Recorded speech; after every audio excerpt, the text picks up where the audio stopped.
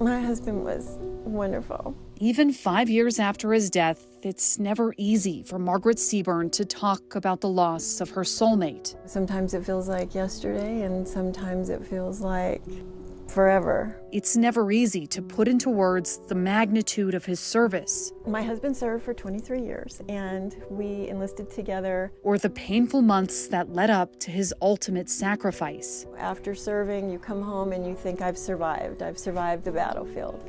You don't expect this bullet, this slow bullet that comes at you. Margaret's husband Sean died from ALS, a result of his service in the military. It is a personal and financial crisis to lose your spouse. You're at home, sort of alone, battling through your finances and wondering if what was the sacrifice for? Because the military took responsibility for Sean's ALS before he died, she qualifies for a tax break.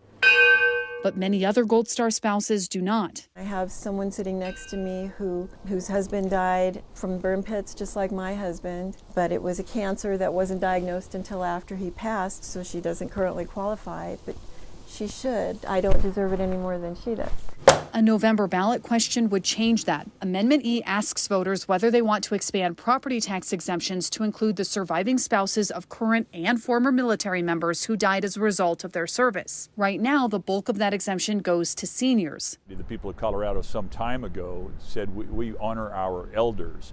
And so elders, the senior citizens of Colorado, are the broadest group that has a homestead exemption. If passed, 50% of the first $200,000 of the home's value would be exempted from taxes, meaning for a $500,000 home, the spouse would see around $630 in savings each year. That could be a meaningful amount of money for them.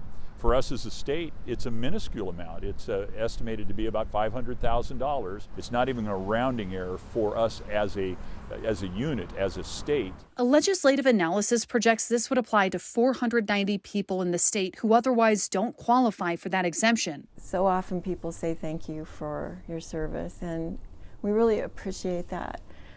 But this is an opportunity to put action to words. For Margaret, this is about Colorado showing its gratitude for military families who gave everything for the sake of duty, so that their sacrifices and that of their families aren't forgotten. When you're killed in action defending your country, this is the least we can do. I know that Coloradoans, they always do the right thing. Megan Lopez, Denver 7.